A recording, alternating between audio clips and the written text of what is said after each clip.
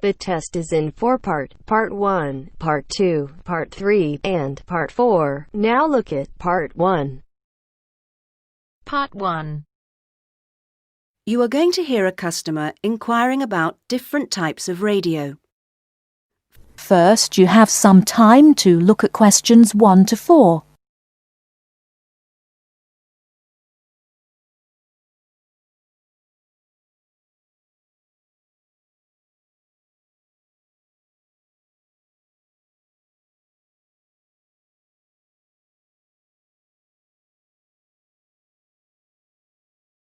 You should answer the questions as you listen, because you will not hear the recording a second time. Listen carefully and answer questions 1 to 4.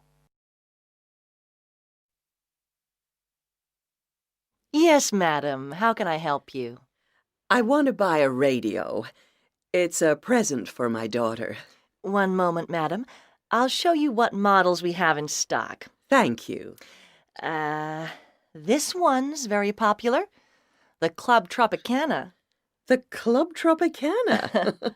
It's certainly very colorful, isn't it? The colors are very popular with children. It comes in pink, orange, and green. Oh, yes, I think she'd like that. And it's got a CD player and a clock. Does the clock have an alarm? My daughter is terrible at getting up in the mornings. Yes, it does. It's a bit big.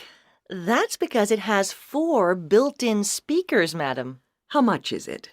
Well, it usually retails at $59.99, but it's on special offer this week, so I could let you have it for $39.99. $39.99. Not bad. Anything else?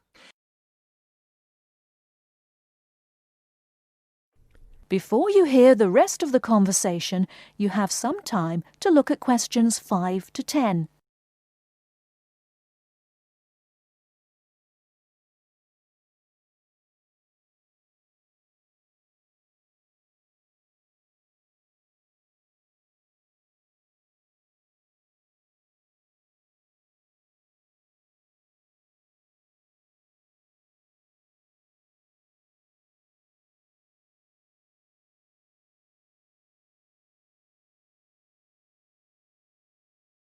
Now listen and answer questions 5 to 10.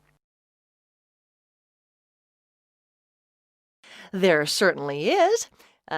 Introducing our top-of-the-range model, the Night Owl. Available only in black, but packed with extra features. Such as?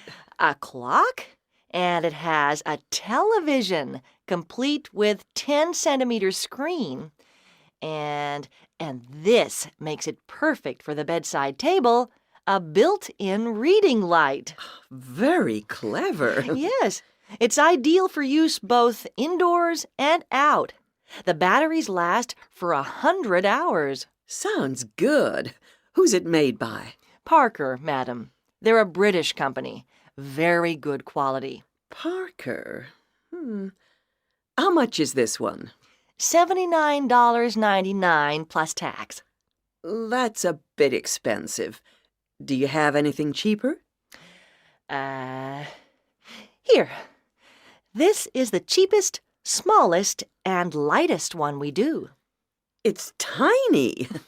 And it's round. That's really unusual. Yep. It's called the Olympic. You wear it round your neck with this special strap. See? Oh, it's like a medal. An Olympic medal. That's why it's gold.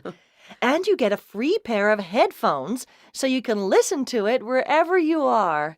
And you never have to replace the batteries. Really? Why not? There aren't any. Oh? It runs on solar power. Does it really? And I suppose it's expensive. $18, madam. I'll take it. Certainly, madam. Now, cash, check, or credit card?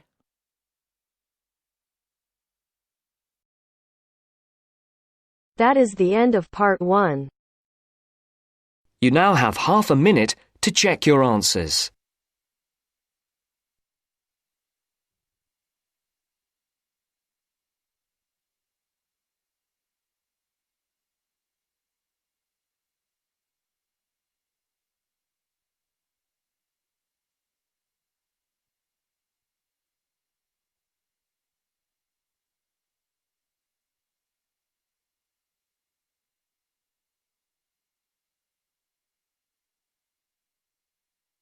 Now turns to part 2.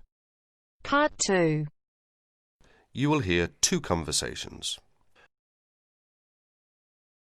Are based on the following conversation. The answer should be appropriate to the content of this conversation. First, you have some time to look at questions 11 to 15.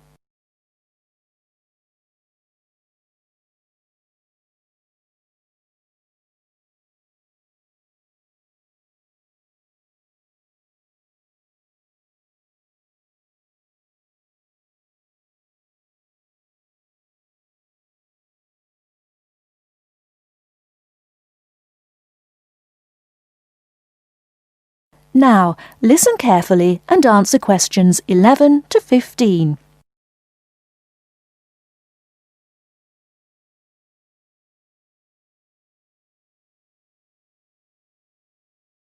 Oh, hi Dave. Long time no see. Hi, Maria. I just settled down. I thought I'd drop by. Come on in, take a seat. Would you like anything to drink? I have Sprite and orange juice. Sprite would be fine. Oh, so, how have you been? Oh, not bad. And you? Oh, I'm doing okay, but school has been really busy these days, and I haven't had time to relax. By the way, what's your major? Hotel management. Well, what do you want to do once you graduate?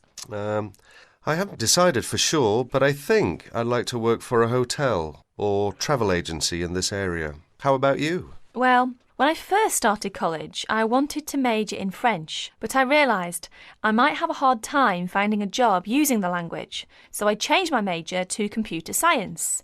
With the right skills, landing a job in the computer industry shouldn't be too difficult. So, do you have a part-time job to support yourself through school? Well, fortunately for me, I received a 4-year academic scholarship that pays for all of my tuition and books. Wow, that's great. Yeah, how about you? Are you working your way through school? Yeah, I work 3 times a week at a restaurant near campus. Oh, what do you do there? I'm a cook. How do you like your job? It's okay. The other workers are friendly and the pay isn't bad.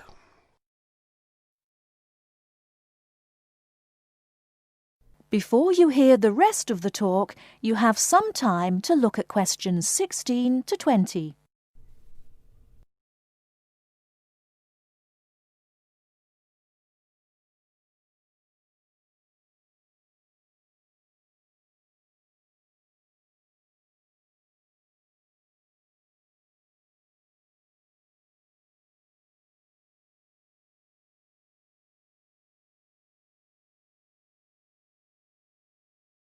Now listen and answer questions 16 to 20. Several days later, Dave and Maria met on campus. So what do you want to do tomorrow? Well, let's look at this city guide here. Here's something interesting. Why don't we first visit the art museum in the morning? OK, I like that idea. And where do you want to have lunch? How about going to an Indian restaurant? The guide recommends one downtown, a few blocks from the museum. Now that sounds great. After that, what do you think about visiting the zoo? Well, it says here that there are some very unique animals not found anywhere else. Well, to tell the truth, I'm not really interested in going there. Yeah, why don't we go shopping instead? There are supposed to be some really nice places to pick up souvenirs. No, I don't think that's a good idea. We only have a few traveller's checks left, and I only have $50 left in cash. No problem. We can use your credit card to pay for my clothes. Oh no, I remember the last time you used my credit card for your purchases. Oh well, let's take the subway down to the seashore and walk along the beach. Now that sounds like a wonderful plan. That is the end of part 2. You now have half a minute to check your answers.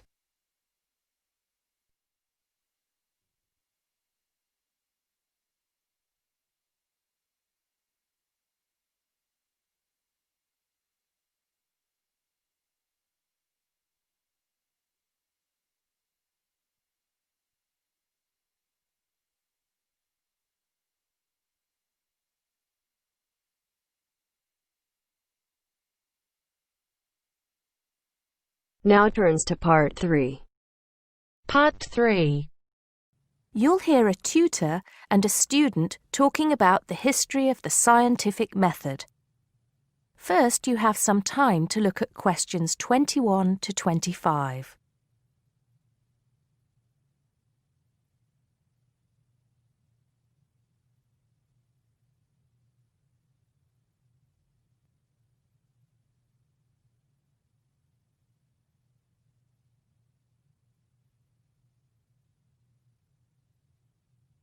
Now listen carefully and answer questions 21 to 25. Hello, Simon. Come in. Take a seat. Now, I wanted to talk to you about your assignment. Yes, the one on the scientific method. That's right. I just wanted to see how you were getting on. Well, I think it's fine. I mean, I haven't done a huge amount of work on it because I've been working on other things. But what I've read so far seems fine. How many of the references that I gave you have you managed to get hold of? Not too many, I'm afraid. It seems that everyone else is working on the same things at the same time. And every time I look, the books are checked out from the library. Right. Well, I think that we can go over the main ground together now. That way, even if you don't manage to go through all the references in detail, you'll still have an overview. What has helped you most so far? I've managed to have a look at 3 of them. I thought that Johnson made some good points, but it was hard to follow the line of her argument. Bradman was simple and straightforward, and I felt as if I got a lot out of that. I wish I could say the same for Whittaker. To be honest, I didn't get very far with that. Okay, that's more or less what I'd expect. So tell me, what have you learned so far about the role of the Egyptians and the Babylonians? Yes. Well, there's evidence that the basic components of the scientific method, examination, diagnosis, treatment, and prognosis, were being used in the early 1600s BC, especially in the treatment of certain illness. Good. Yes, that's right. And the point, of course, is that that represented a considerable advance over relatively simple, non-empirical approaches, which usually attributed anything unknown to the actions of the gods, etc. Of course, the Egyptians and Babylonians did this as well, but what we see emerging here is a willingness to base opinion on systematic study of the real world, which is at the root of the scientific method. I see. Right, yes. And then that reappears later. Yes, although don't get carried away with the idea that it was a simple process of development. By the time we get to ancient Greece, let's take the period towards the middle of the 5th century BC, the rules governing the scientific method were practiced on a widespread scale, but there were still many people who believed that real truth could only be acquired by pure rational thought. Plato, of course, had a great influence on the development of the scientific method during this period. Through his academy. That's right. But then, as we know, a great deal of understanding of the scientific method disappeared as the old world order collapsed. It wasn't until the Middle Ages, sometime before the 11th century, that several versions of the scientific method emerged from the medieval Muslim world, all of which stressed the importance of experimentation in science. Right. I think I've got the historical timeline. Before you hear the rest of the conversation, you have some time to look at questions 26 to 30.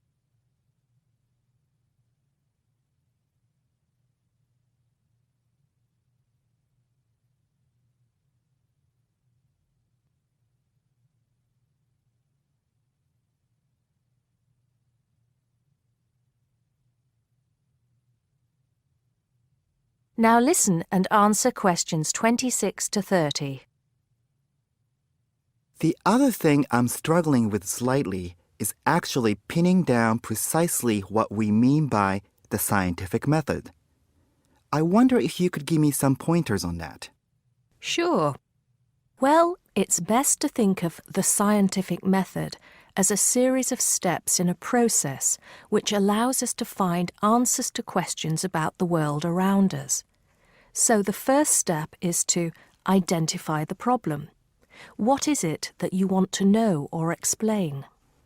And then I think the next step is designing an experiment. But you can't design an experiment unless you know what you want your experiment to tell you. Oh, yes.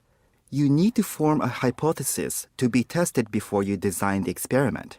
So there's a very clear relationship between hypothesis and experiment.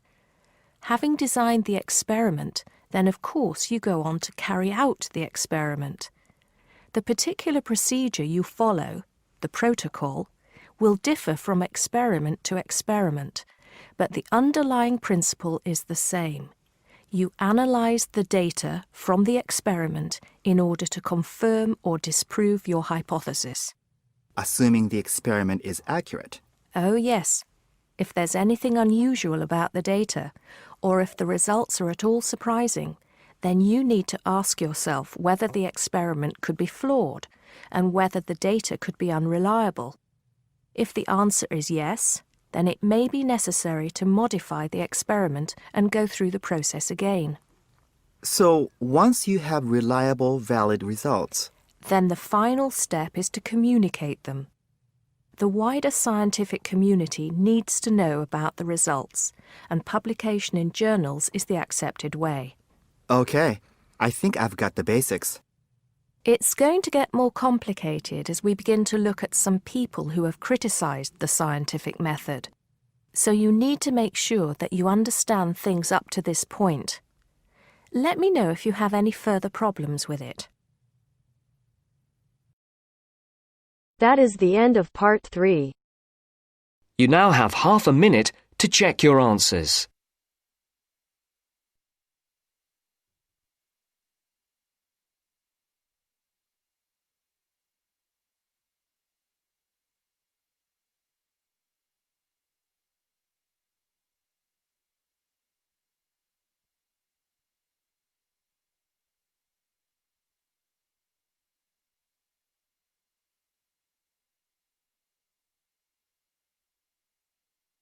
Now turns to part 4. Part 4. First, you have some time to look at questions 31 to 40.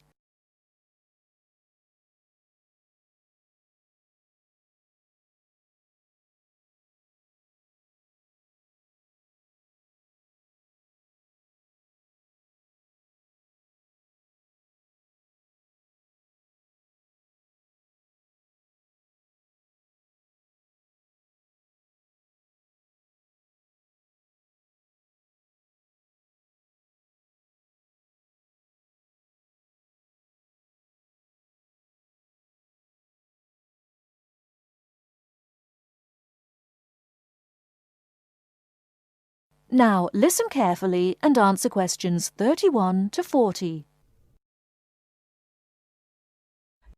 Hello and welcome. My name's Carolyn Tan.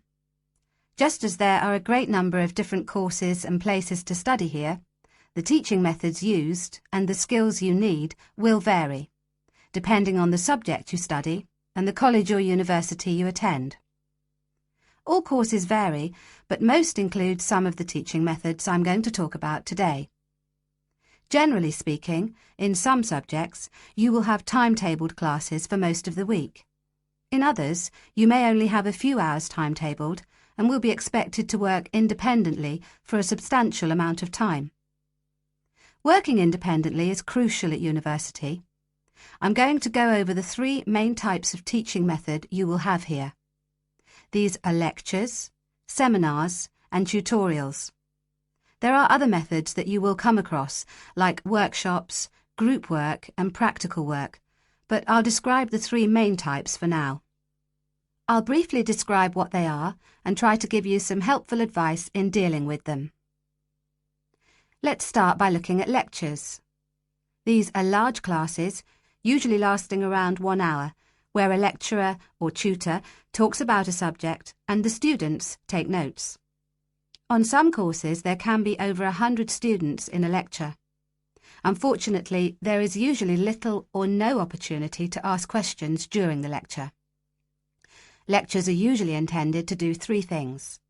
Firstly, to guide you through the course by explaining the main points of a topic. Secondly, to introduce new topics for further study or debate. And thirdly, to give you the most up-to-date information that may not be included in textbooks. So as you can see, it's essential to go to lectures. Of course, you need to take notes in lectures. Remember, you don't need to write down everything the lecturer says. Try to concentrate on the main points and important details. Most lecturers use stories, examples, and even jokes to illustrate a point. And you shouldn't write these down. When you take notes in lectures, abbreviations and symbols for common words and terms can help you write faster. If there is something you don't understand, make a note to ask after the lecture or in a tutorial. Most students try to write up their notes after a lecture. It's a good idea to try to be organised. Keep your notes from your lectures in order in a file, but don't just file the notes away until your exams. Read through them regularly, as this will help you with your revision. It's really important to go over your lectures. As an international student, the lecturer will recognise that you may need more help in lectures and that you may want to record the lecture on a digital recorder. If you do want to do this, ask the lecturer's permission first. They will usually agree.